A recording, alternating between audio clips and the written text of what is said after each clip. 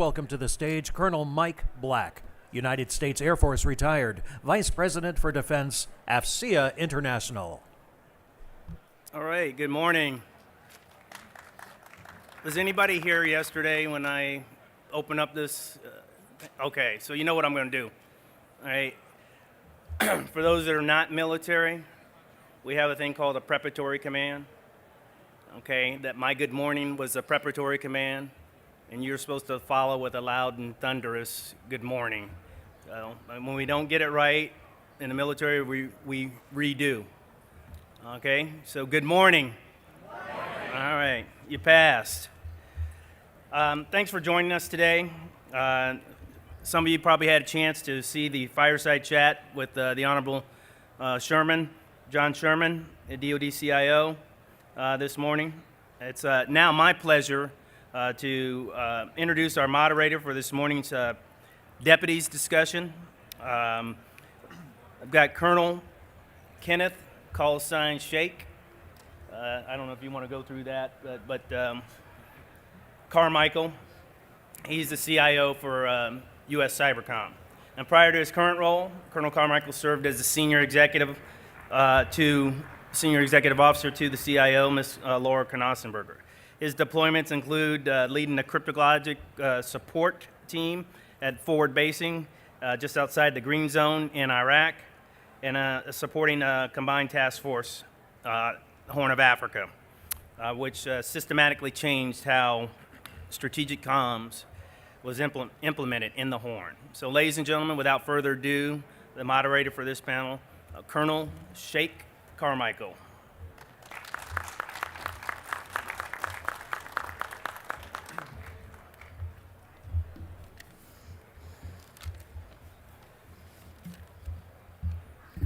Good morning. Good morning. Good morning, government, industry, academia. I'm Colonel Ken Carmichael, as you heard. I'm the Director, C4 System Services, CIO, U.S. Cyber Command. We're coming together today to discuss an important and intriguing topic. You heard just yesterday how General Nakasone talked about his opening remarks about how cyber itself is at a time of inflection, a time of change. And the overall context and the theme of this overall conference is unity of action. Unity of action, focused and aligned.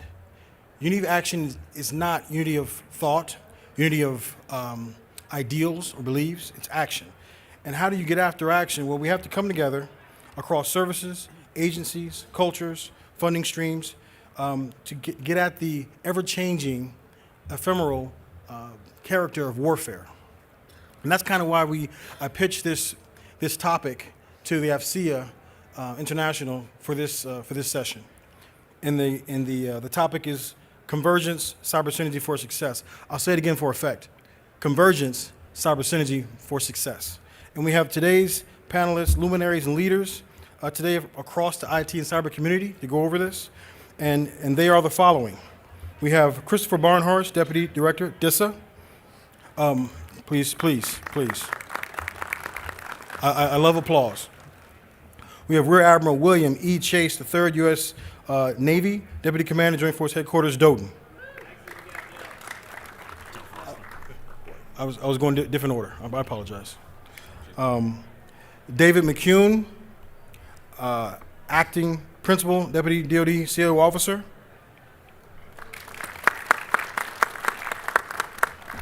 And last but not least, we have Dell Foster, Executive Director, Joint Headquarters, Dothan.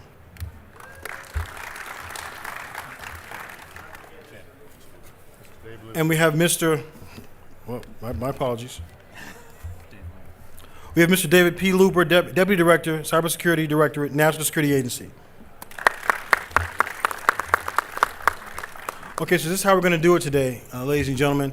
We're going to go through a series of questions. We're going to go about an hour. We're going to go 45 to 50 minutes with the questions. Then we're going to open up for questions and answers. Please ask hard and challenging questions. We're ready for it. And with the first question, I'm going to open up to the panelists, but I'm going to also give them time to do their opening statement, opening remarks. And we'll start off with the first question here. What are the three most important concerns you have in regards to supporting cyber? and why is cyber synergy significant? We'll start off with Mr. Barnhorst. Is this on? Everybody hear me all right? All right, cool. All right, so first off, just by way of introductions, as Ken said, I'm Chris Barnhorst, Deputy Director of DISA. Prior to that, I was the Chief Financial Officer for the agency. Really came up through the resourcing ranks. I actually started my career with DISA. So when we talk a little bit later, we'll get into maybe some workforce issues. And you've heard some of the keynote speakers talk about workforce and the need to recruit out of high school, out of college. My experience actually syncs well with that, and so in some ways, folks in the agency will say I'm kind of exhibit A of how we can maybe bring folks in from college, high school level, and nurture them through the system and get them into leadership roles for the department going forward. With respect to the first question, I'll highlight kind of three areas with respect to cyber synergy and or concerns that I have in the cyberspace realm. And they're going to be speed, synergy, and workforce, right? And I'll expand on each of those just briefly here. From a speed perspective, right, and this plays into the synergy discussion that I'll get into in a second, we've got to be able to outpace the adversary and the threat that is out there in cyberspace. And if you think about the speed of data in today's environment, I would say step back for a second and think of things like Twitter and social media and things like that and what it's done to news cycles. It's a, I think, reasonable analogy for the kind of speed that we're dealing with in the cyberspace domain and the way in which we have to respond almost in real time to adversary threats. You think about the news cycle, right? You used to go home, you used to turn on NBC News, ABC News, get your world news tonight kind of thing, right? And that was your 30-minute update for the day. In today's world, it's near constant, right? By the time it hits the world news tonight, it's pretty much outdated. You've probably read several articles on it and seen how many tweets, right, and opinions, et cetera, et cetera. And so I just use that as an analogy for the type of speed that we're trying to deal with in the cyberspace domain on a daily basis. With respect to synergy, what I want to highlight there is the need for integration. We talk a lot about interoperability, and we'll talk about that some here between tools and capabilities. But the word I hear more and more and that we're starting to use is really integrated. Integrated deterrence, integrated response, right? Not just things that are patched together to pass data. And I think as we think about that, there's some boundaries we also have to put around it because in some ways, if we get too much down the integration path, right, if we're on one vendor, one tool, that can become problematic for the department. So I think as we think about synergy, it's the need to be integrated, but to do it in a balanced way that provides the opportunity for industry across a full spectrum of products, but also moves at the speed that we need to in the cyberspace domain. And the last thing I'll highlight, excuse me, and I know I'm sniffling a little bit. I got allergies that are driving me nuts today. But the last thing I wanted to highlight was the workforce domain. And as I alluded to a minute ago, the ability to get the right talent at the right times in this domain is extremely challenging and highly competitive, and that's an area I know as a department under Mr. Sherman's leadership we continue to try to move the ball forward. With that, I'll pass it over to Del. Hey, thanks. Good morning. Can you hear me? Is this on? Tap, tap, tap. Thanks a lot. Hey, yeah, so once again, Del Foster, and I'm the Executive Director of Joint Force Headquarters Stoughton. We are a subordinate command to U.S. Cybercom, and we have been delegated responsibility to secure, operate, and defend the DoD information network. And in that regard, we're at the operational level of warfare. We don't own any networks at all, so our job is to integrate, synchronize, and direct actions for those DoD components who do own network space. And that's really our mission. General Skinner, who's dual-hatted as Director of DISA, but he's also the Commander of Joint Force Headquarters Stoughton. Admiral Chase, who couldn't be here today, who you heard introduced, is the Deputy Commander, and I'm the Executive Director. As it pertains to question number one, I think we have an overarching challenge that I would address first, and really it's really the ability to fight through a steady-state contested environment at the same time setting the conditions for crises and conflict, which is our biggest ultimate challenge that we're working towards. But to name three additional challenges specific to the question, I would say is really our ability to align legislation, policy, and directives to the new cyber warfighting domain. As we know, doctrine typically is a lagging function, and it's in cyberspace it is lagging behind currently. And we also have some directives such as a little overlap between Goldwater Nichols, Klinger Cohen, for example, that need to be clarified and defined as we move forward. A second challenge would be capability development for full spectrum cyber operations for the department. Our higher headquarters, U.S. Cybercom, is working towards an end state with their more service-like responsibilities, but at this point, it is still a challenge to develop those capabilities across the .MLPF. And then lastly, I would say the ability to improve our situational awareness and understanding of our risk on the network and our readiness. And that comes with a lot of the capabilities and tools we're going to talk about a little later as we dive further. But essentially, it's really to have the network sensor correctly, to have the visibility of our network, to be able to analyze that, and then to visualize it for commanders to make command and control decisions moving forward. Thank you. With that, I'll pass it on. Mr. Luber. Hey, good morning, everyone. My name is Dave Luber. I'm the Deputy of the Cybersecurity Director at the National Security Agency. I work for General Nakasone in focusing on making sure that we protect our national security systems from those advanced malicious cyber actors that we'll talk about as part of our discussions today.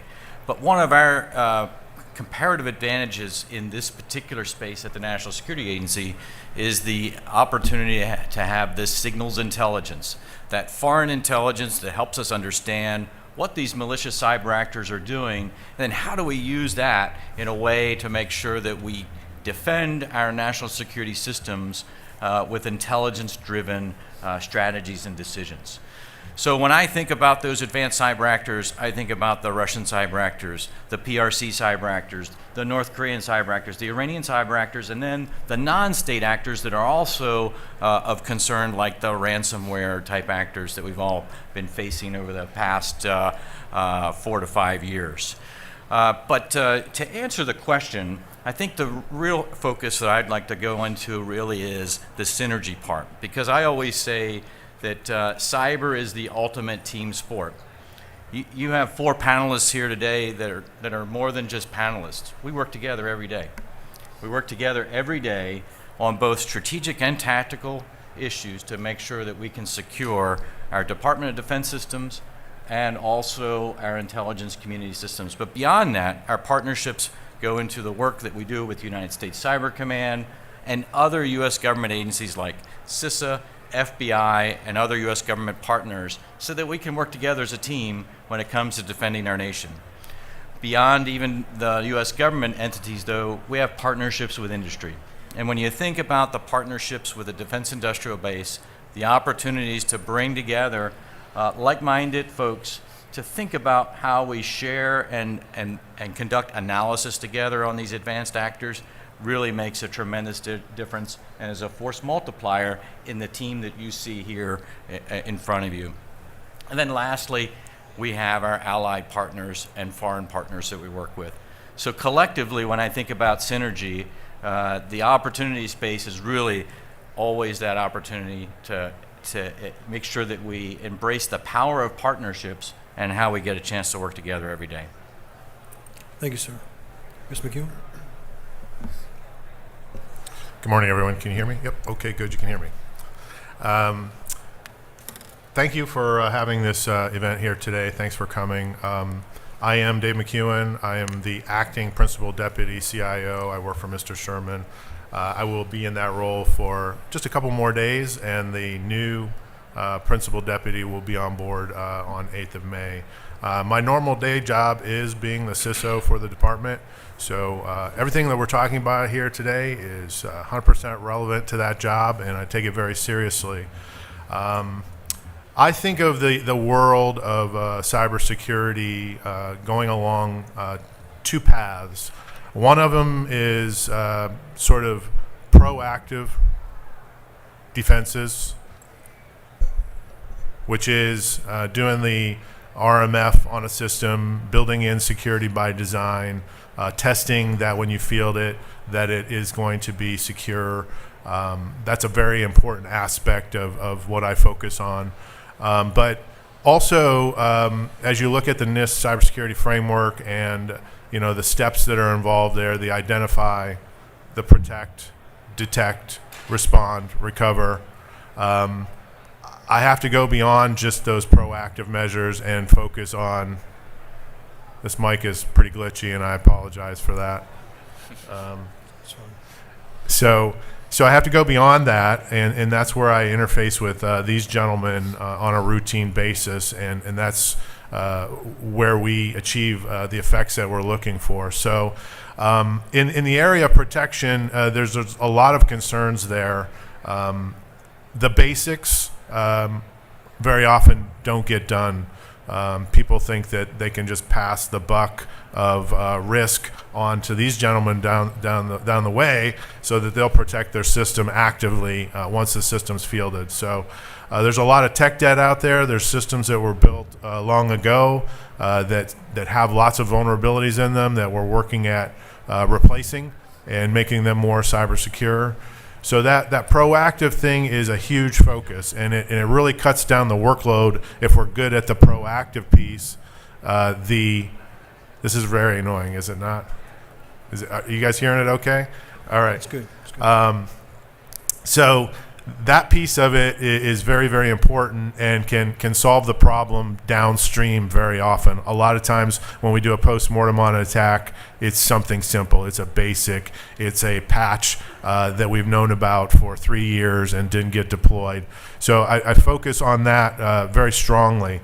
But as we do accredit a system and it goes into operation, then I have to shift my focus over to the active defenses. So we had proactive, now we're going to the active defenses, and that's working with JFHQ DODN, the IT service providers, Cybercom, to actively defend. So it is very important that we have the right sensors in place to be able to detect when there is an intrusion and quickly eradicate the enemy. We found over time that our paradigm of perimeter-based defenses has not been working for us in the detection realm and the response realm, so we're shifting to a more proactive, don't trust anyone, zero trust model, and we're working to roll that out over the next 5 years. That will better integrate all of us here on the stage. They'll be threat informed.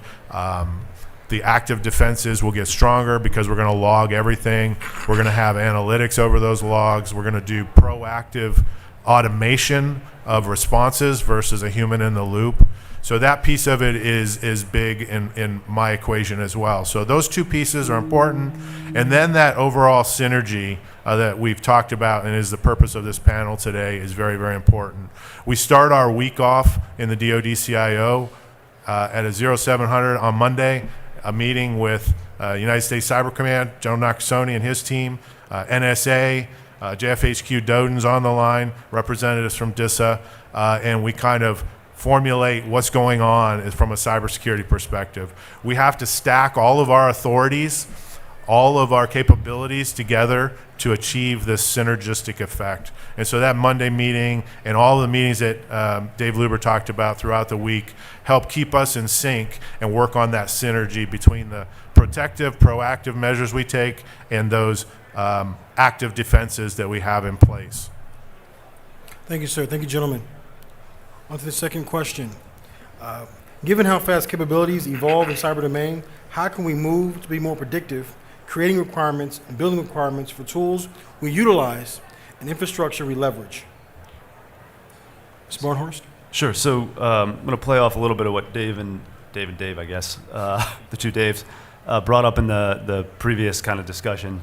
I'll start first with the National Cybersecurity Strategy, though, that was released, roughly a year or so ago? A month or so ago. One of the pillars of that, right, of the key tenets is realigning the incentive for investment to favor more long-term investment strategies versus short-term fixes or temporary fixes. And so as we look at the speed and in terms of capability in cyberspace domain as well as the threat, to play on what Dave McEwen was just talking about, we need to move to be more proactive and less reactive. And so thinking about where the environment is going, things like quantum that we heard Mr. Sherman address in his keynote this morning, and be very deliberate about that kind of strategic planning through the lens of our adversaries. And so to pick up on what Dave Luber was talking about in terms of SIGINT or threat intelligence, we want to make our requirements process and the way that we evolve the architecture and the cyberspace domain to be threat informed going forward, and to take that in account as we leverage those requirements on industry, right, and our mission partners across the DoD space. The other thing I'll say in tandem with that, you hear us talk a lot about DevSecOps or agile development kind of capabilities. That plays right into this space in the sense that the idea that we deploy a tool or a capability and then a year, 2, 3, 4 years down the road, we go through a requirements process to replace that, is no longer really valid in this space, right? So we have to be agile. We have to use things like DevSecOps to constantly iterate and evolve and update to be relevant kind of at the speed of our adversaries or the threat that we're trying to respond to. Del? Ms. Foster. Check. Yeah, absolutely.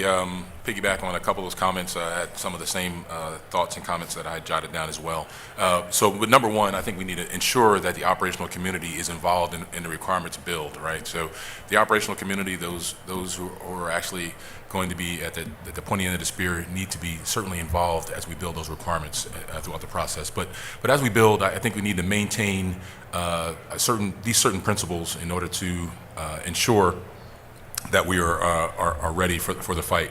As was already mentioned by Chris, the agility and the iterative development that we need to ensure happens. We can't just say we're agile, we actually need to be agile and actually use agile fundamentals as we develop capabilities.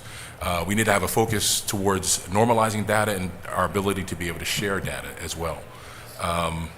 Automation. We know we're not going to be able to manpower our way out of this problem set, so we need to ensure that automation is a strong consideration in whatever we're developing. And then eventually we'll get to what everybody wants to talk about typically is artificial intelligence, machine learning. That ability to do those things as well will certainly play a role as we look towards the future. And then all of it has to be with an eye towards the adversary and their capability and intent as we build to make sure that we're countering and outpacing the adversary in that regard. And certainly there's nothing wrong with skipping generations of technology as needed, as long as we maintain a eye towards those principles as we're developing our capabilities. Just to build on the other panelists' comments already, I think the term agility was used, and I always think about cyber as that place that's under constant change, right? As we've been sitting here and over the next hour as we have these discussions, the cyber domain will change a bit. New vulnerabilities will be discovered, new malware will be deployed, new incident response activities will occur. I think the key here is how do we make sure that we're always thinking about that agile domain for which we have to defend and protect for our national security systems, Department of Defense, intelligence community systems, and broader U.S. government systems and critical infrastructure. Of course, one of the ways that we can make sure that we have agility is sharing those insights, even those insights that are derived from intelligence sources, with a broader community. One of the things that we've done over the last 3 years that the National Security Agency has produced unclassified cybersecurity advisories. And you can go to see these advisories on nsa.gov. You can download them. They're totally unclassified. But these advisories really focus on the key issues that network defenders should be focusing on to defend their networks. Just to give you an example, in the past 3 years, we've published 4 advisories that really focus on the PRC, C&E actors and their tradecraft and how to defend against their activities. So that's the kind of information that we'll continue to publish, but with partners, not just the National Security Agency alone. One of our most recent cyber advisories was published with the government of South Korea, and it really focused on North Korean cyber actors' use of ransomware. So when I talked about cyber as a team sport and working with our partners across the globe, we're actually working on the analytic products and the insights that help share share the information broadly so that we can all defend our systems in a more prioritized way. Yeah, thank you. I think everything that everyone said is 100% correct. The way that we're looking at it lately is a huge partnership with industry is necessary. Clearly defining what it is we're trying to do helps out industry in building solutions for us versus them just building a rock and bringing it to us, and then that's not the rock we're looking for. We have done a good job, I think, on defining our zero trust requirements. We're not specific about the products or anything like that, just the capability outcomes. And by doing that, I think it's provided a clear understanding to our industry partners about what our needs are, what we need to satisfy. And we're moving towards a more integrated product suite as well. Rather than us get a box of parts that we have to assemble and put together properly in order to achieve an effect, we're looking to industry for them to do a better integration to achieve the zero trust effects that we're looking for. So I think the industry partnerships are imperative. We don't do a whole lot of innovation within the department. We consume things, and as we go to industry and we partner with them, we get a better understanding of what they're working on, and sharing our requirements, and I think we're able to meet in the middle. We've had really good results that way. I think the intelligence is imperative, that we're working off that intelligence. The cyber terrain out there is constantly evolving. So are our adversaries, and they're becoming more and more agile at defeating our defenses. So we have to stay on our toes and make sure that we're checking our defenses. One of the things that we've been looking at is proactive validation of our defenses.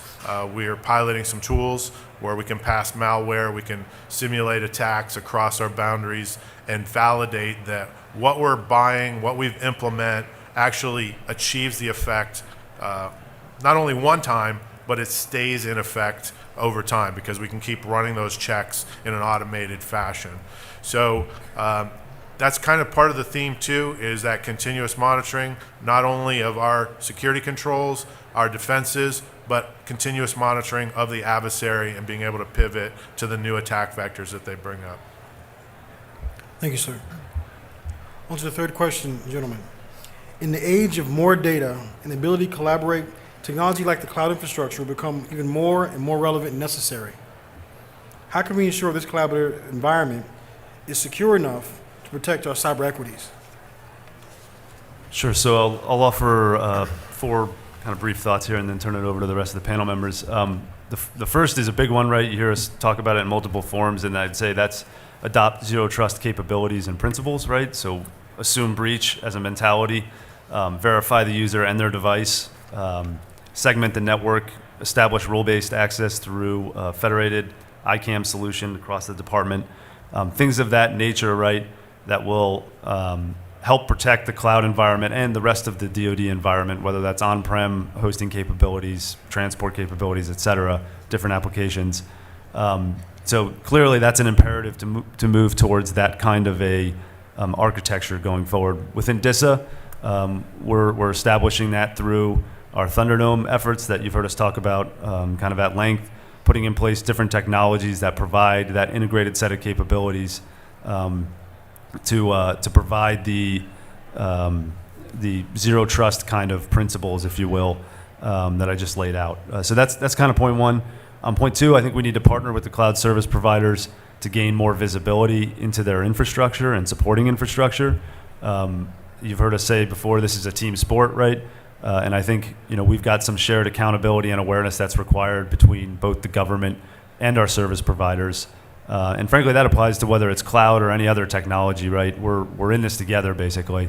So I think those are things that are worth discussing with industry. Third, I would think on the collaboration side, reducing the number of tenants within DoD, specific to the 365 environment, would have benefit there, right? A lot of what we see is user experience issues when they go between tenants, someone going from an Army assignment to a joint duty assignment, et cetera. So the extent that we can either collapse tenants and close those gaps or leverage technology to help close those gaps and move data is certainly helpful. And on the IL6 side of the house, Mr. Sherman's been fairly clear that we're moving towards a single tenant environment, right, to avoid some of those gaps and seams going forward from a collaboration perspective. And then the last thing I'll say is apply all of the above to our coalition partners, as Dave and Dave have mentioned, and others. When we fight, right, and when we collaborate on a normal day-to-day basis, we're doing that not just within DoD and the U.S. government, but with all of our mission partners as well. And there's a clear imperative for seamless interaction between both DoD and our international partners going forward. Yeah, thanks. So from a Joint Force Headquarters Doden perspective, I think it all initiates with the mindset that, again, cyberspace is a warfighting domain. So to that end, we must make sure we have security baked in from the onset, from the very initial stages. And as it pertains to some of the cloud infrastructure and things we talked about in the question, there may be contracting language that needs to be changed as necessary in order to make sure that our operators have the speed and flexibility to secure, operate, and defend as required. So all else, I concur with Mr. Barnhurst on his comments as well. But from operational perspective, I think that's the biggest focus that I would add. Yeah, just to add on, NSA has been leading efforts in the Enduring Security Framework along with CISA, identifying risks in both 5G and cloud type efforts, assessing those risks, and then generating actionable guidance to secure those particular items that we find that need improvement.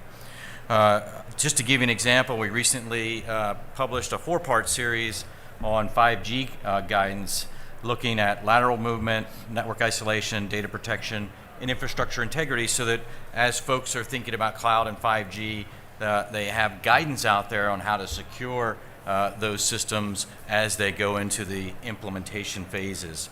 Beyond that, I think it's also important to recognize the importance of standards and working with standards bodies, because while the U.S. is very interested in making sure that that there are secure standards out there for cloud, we also rely and work with our allied partners to also come to the standards table to make sure that the correct standards are in place that we can all adopt for our 5G systems and our cloud systems. So really, I think, again, getting back to that teamwork theme, we work with many different partners when we think about how we ensure that current guidance is in place, but then also make sure we think about the entire life cycle of cloud so that we're always able to update that guidance as we find new insights. So bottom line is the cloud service providers are our partners. They play a huge role in cybersecurity of the cyber terrain that they've built and are operating on our behalf. They go through a rigorous set of checks. They go through the FedRAMP high type of an assessment, and then when they come inside the department and do a purpose-built cloud for us, Roger Greenwell at DISA and his team provide additional sets of controls that they look at for each of these cloud service providers. We include red teaming on the customer side of that cloud equation. So when they spin up workloads in a tenant for us, we make sure that we have the security guides to lock those tenants down. We check those through red teaming. We make sure that everything is good for us to make a home on that customer side of the house. We have some work to do probably on the visibility of the service provider side of the equation. We've had some incidents recently that have shown that we probably need to shore some visibility issues where maybe we do some outside-in looks at the clouds that they've built for us, and they're part of the equation. But in any incident, and we've had a few of them, they're good partners to work with. They're good to share data with. They help us respond to the incidents quite well. In terms of the capabilities that they're delivering, we wouldn't be able to build something like this on our own, right? So we're adopting industry best practices, industry products into our environment, and we're satisfying the demand signal from our customer base to do that. And we're doing that in a secure manner. And yes, there's proactive measures, and there's also active defenses that need to be in place in order for us to do that. I have taken all of my CISOs in the department on field trips to each one of the cloud service providers that are on JWCC, where we can ask the tough questions about their architectures and their technologies and how they're securing specific aspects of their applications. Those have been very beneficial. We did a West Coast trip with all the CIOs, and we stopped off at all of these cloud service providers. So we are constantly engaging. We know we are in a partnership with them, and we have to both be successful cybersecurity-wise in order for us to continue to succeed together. It's very important. And I will just say, I see every time there's an incident, there's a lot of disparaging comments about putting all of our eggs in a cloud service provider's basket, and but I'll tell you what I've witnessed when we are in charge of building things and securing them and defending them. We haven't historically done that great of a job either inside the department. So want to work with these cloud service providers, not scare them off, not bring the lawyers in, let them believe that they're part of the team, because they are, and work together on securing these environments. They are even really, I think, receptive to us potentially red teaming their side of their offering here in the future, not just the customer side. So it's a close partnership, and we're going to continue to evolve that. It's very important stuff. Thank you, gentlemen. We've aligned or analogized that cyber is like a team sport, right? I'm not thinking we're wrong there. I think we're right. However, in a team sport, you know when you're winning. You know when you're being successful.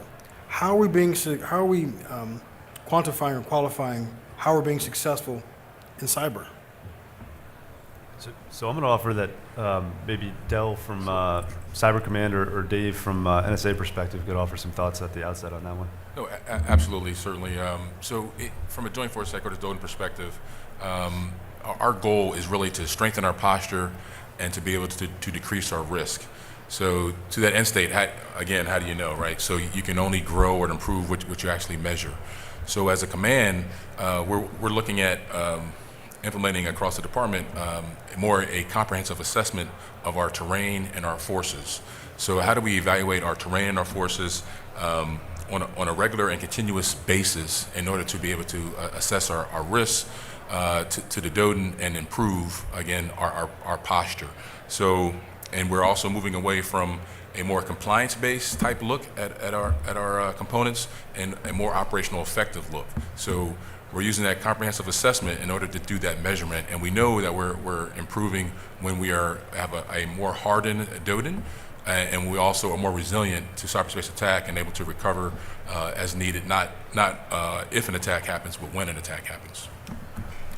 And I'll address it from a slightly different angle, because we've talked about the operational kind of successes, but I also think about the people. The people we need to have in the workforce now and into the future.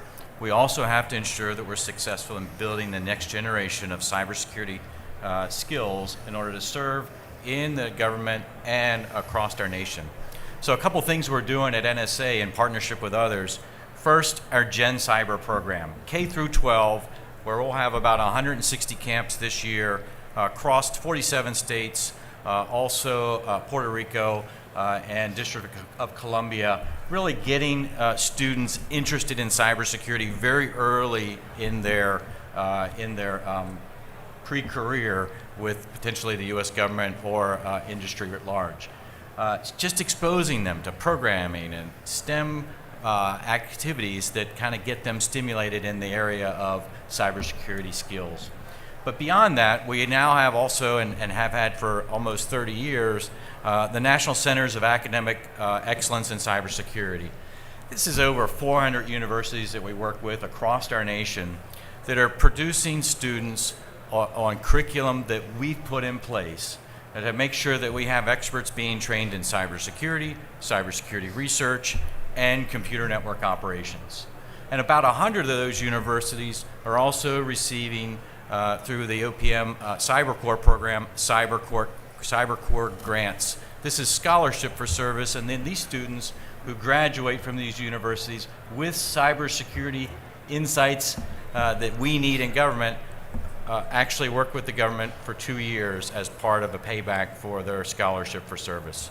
So I see success happening across the board when I look at the partnerships we have in academia when it comes to building the next generation of cyber talent for the department and for the U.S. government. So I'd like to add on, first of all, I want to commend the stand-up of Cyber Command and JFHQ Doden. That's been a game changer for our ability to actively defend the Doden networks.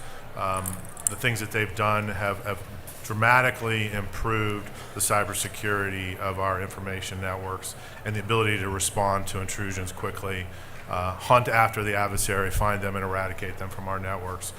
It was a great organizational structure to have stood up, and as far as improvements to active defenses, it's light years ahead of what we used to have.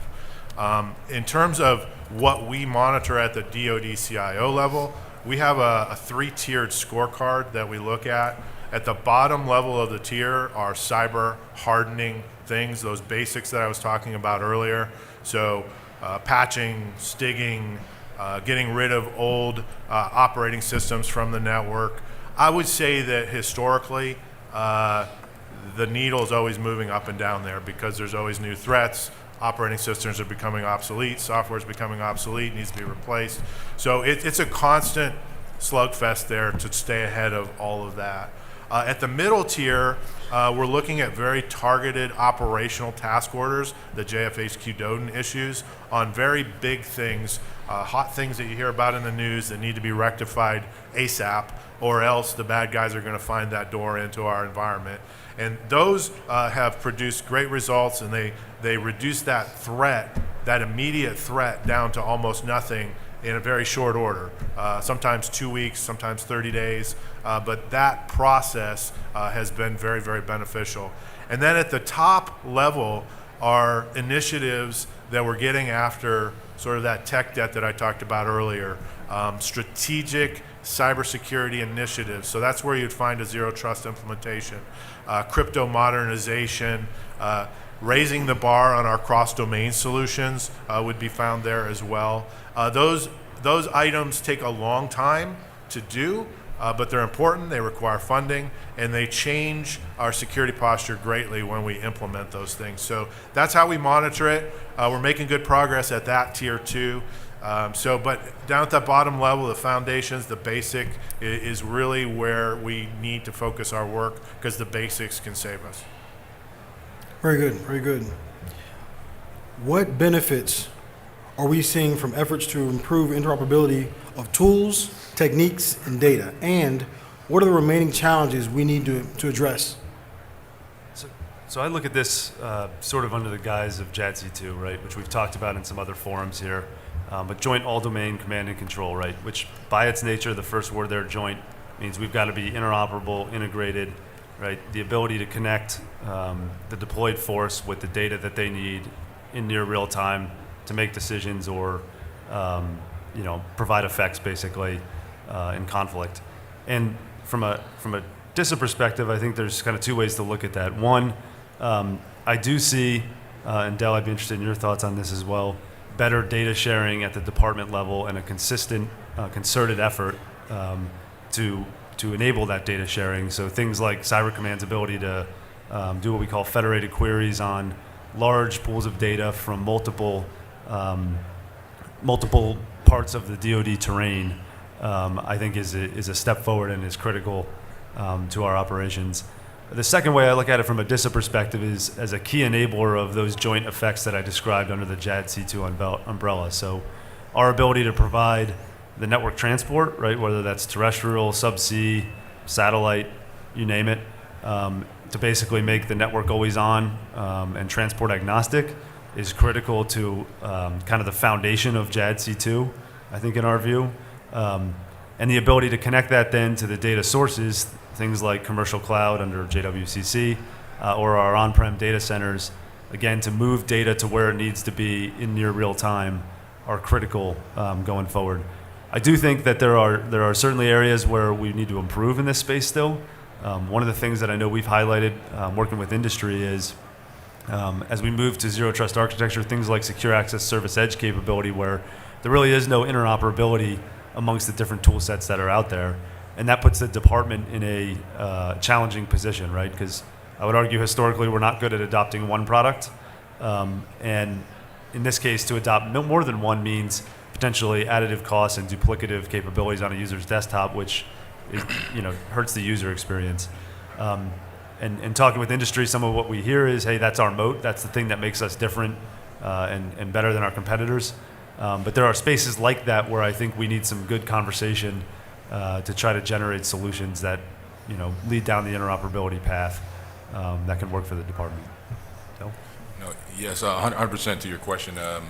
The question that we typically have at the operational level headquarters is, can you normalize and share your data? The data is the gold, right? And it's key to interoperability. Again, cyber is a warfighting domain, and we fight under a joint construct. And the ability to be able to share that data at echelon is key. The improvements in that area are the same as the challenges. So we've improved quite a bit in the ability to share data, and we still have a ways to go as well. So yeah, that would be my contribution to the question.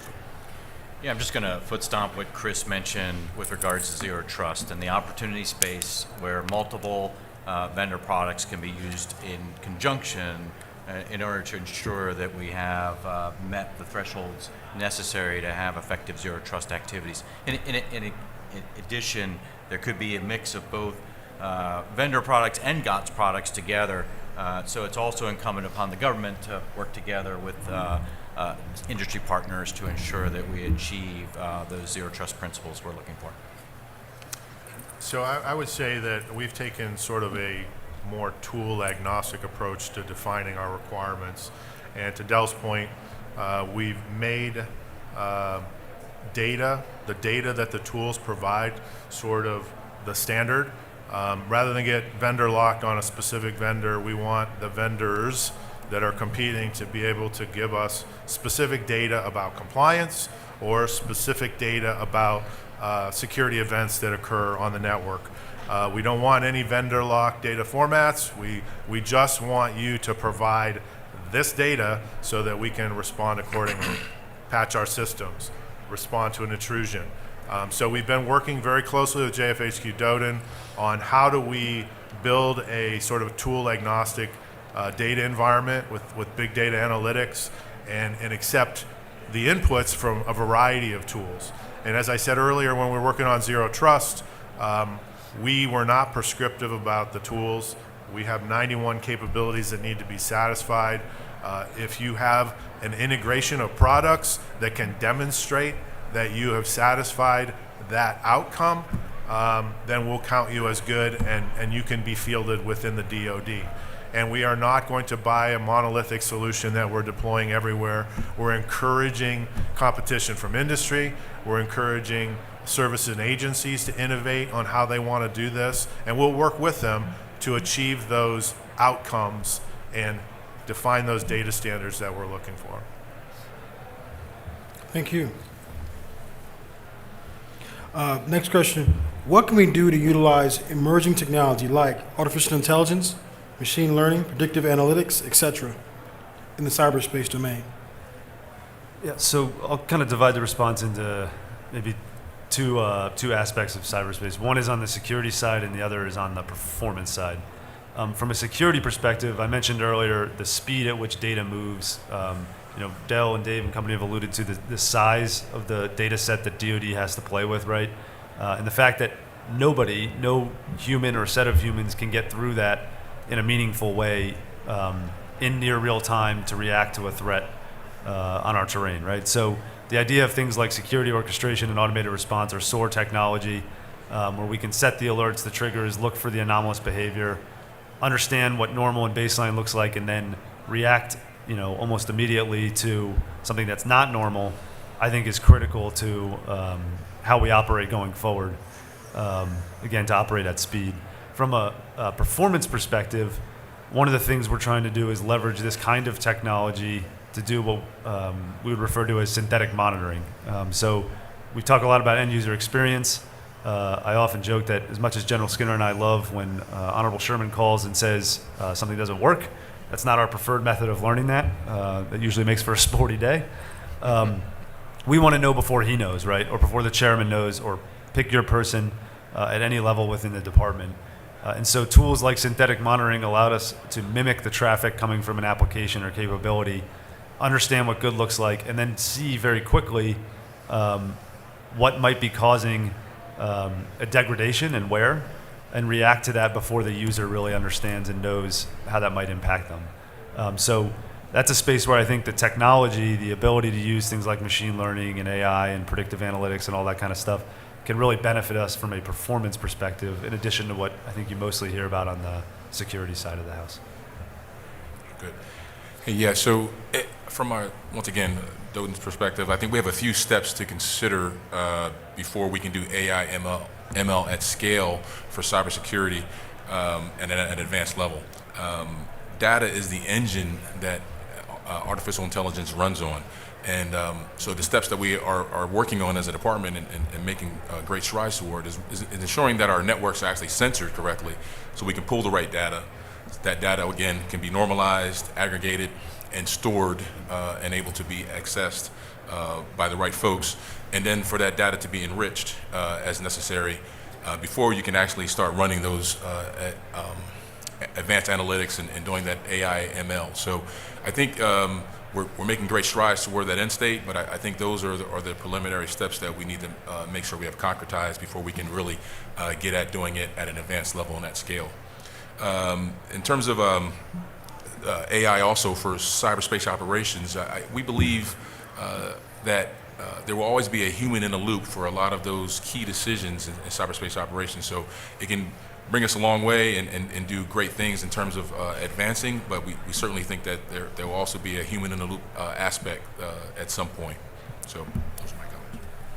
Well, certainly, as some of our panelists have already mentioned, AI has a lot of opportunities to support the cybersecurity world.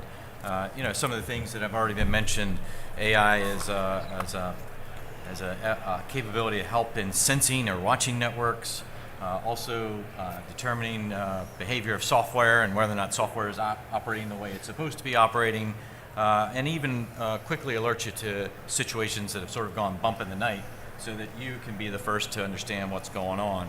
It also can help you in analyzing malware and help speed up some of the process of that analysis. So we see some great opportunities in that space as well. But just as AI can be used for good, it can also be used for evil, right? So as we think about how AI can help you in analyzing malware, AI can also be used by a bad actor to create malware. So that requires us to think a little bit differently about how we defend against adversarial AI capabilities that could put additional risk on our systems. So clearly an area that we're all teaming on. I think AI offers huge benefits for us in cybersecurity and on our networks in general. I think to Dell's point, data is at the heart of this. As we move forward with our joint warfighting cloud computing contracts and we establish large data repositories in these different cloud vendors' environments, we can't afford to duplicate that data. We've got to figure out a way to make that data available to all four of those clouds and searchable to all four of those clouds so that we can run the AI and analytics over that. So we're working on that, and I think there's some evolving solutions there. Certainly with JWCC coming on board, it's not just an infrastructure as a service contract vehicle. All of the SaaS offerings that these major vendors have, they're going to bring them to the table as they build these custom-built clouds for us. So the AI that Google has is going to be there. Others are delving into it, Oracle, AWS, Microsoft. So expect that it will be there. Our next step is to figure out what problems we want to turbocharge by applying AI to it. Every time I go and hear a vendor talk that's doing AI, they start out with a very well-defined problem set. How do I do maintenance on a B-2 bomber better? So they hire a company in, they sensor the B-2, they analyze the mean time between failures of all the parts, and they save billions of dollars by improving the way that they do maintenance on the B-2. We've got to structure our efforts in the future on very well-defined problems that we want to solve, and then bring AI to the fight to solve that problem. I think there's lots of work out there that we could do to turbocharge different aspects of cybersecurity. There are threats, there are concerns. The adversary having this is a big concern. What are they going to do to use that to figure out how to penetrate our information systems and steal our data? Big concern. One time I was asked, am I more concerned about quantum or AI? And at the time I didn't really know that much about AI, so I said quantum because I knew a lot more. But AI is pretty scary in the capabilities that it has. So it can be very beneficial, as we've discussed, but we need to also kind of take a vantage point of our adversaries and figure out how they're going to use it against us and start to defend against that. Thank you, gentlemen. We have about 9.5 minutes left. At this point in time, rather than going the closing remarks, I'd love to open it up to the audience for questions. Okay, so there's a mic in the back. Colonel, we do have time for one question, and the question from the audience is, how can we increase distribution, readership, and information sharing of the defense planning guides and capabilities planning guides to the defense individual base, perhaps as the controlled, unclassified environment level? Okay, I'll take that. So the capability planning guidance, there's a defense level one, but also in the CIO, we publish one where we have a look out in the future of what technologies we want the services and agencies to invest in, like zero trust, like crypto modernization, upgrading radios. We call those out in this capability planning guidance, and it's looking out into the future.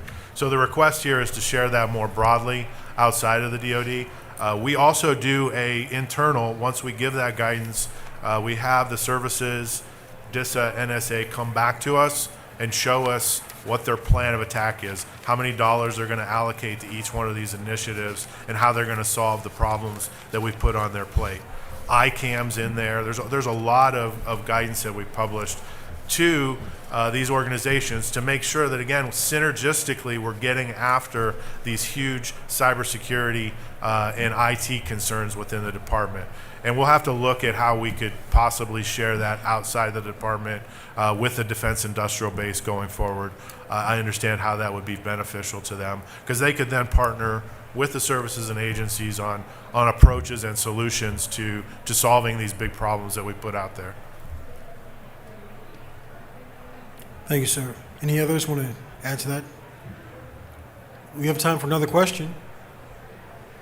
And we have another question. Awesome. Speed was mentioned as a real focus. From that perspective, is there a priority on speeding up and modernizing the routine work that happens every day? So I'll go ahead and take a stab at this one as well. So there have been some complaints about performance of computers and office suites in general. We are working to get after this. We have a tech debt plan that we're working on with the services. We're going to start out with establishing performance metrics and then have the services and agencies monitor those metrics. And based on the outcomes of the metrics for these key indicators, that will sort of be the proof that additional dollars need to be spent in those organizations to get after specific problems. So that's kind of the approach we're working on going ahead. We've seen large dollar figures expressed by the services and agencies out there that they need to spend to get after tech debt. We're going to take a more targeted approach, focusing on these key metrics that really are key indicators of performance for an individual sitting at their desktop doing work on the network. And then that should highlight exactly where we need to put our money and pay attention. Not everybody is experiencing the same results across the board. Some people have great networks, great computers, others don't, so this is a targeted approach to get after that. Okay, thank you, gentlemen. At this point in time, I'm going to pass it over to Michael Black, AFCEA International VP Defense. All right, how about a round of applause for Colonel Carmichael and his panelists here. Real quick, I just want to say thanks for joining us today for this panel. In lieu of speaker gifts, we are going to make a donation to the Fisher House on all of your guys' behalf. So thank you for that. Our next session today is going to be the keynote. If you've got your lunch ticket that you purchased, you'll go back to Hall D for that, and that's going to be a little fireside chat with Dr. Martell, the DoD CDAO. You can look at the rest of the agenda on the TechNet app. Also, there'll be a break afterwards, and then at 2:15, there's going to be a set of micro keynote presentations on Zero Trust, and that's with the DoD's Randy Resnick, the Zero Trust portfolio manager, or portfolio management office. He leads that, and Jim Cosby, the federal CTO at NetApp. So again, thank you for attending this, and thanks again to the panelists. Thanks, everybody. Remember to check www.afcia.org/signal to find Signal's daily coverage of today's events. Hi, how are you?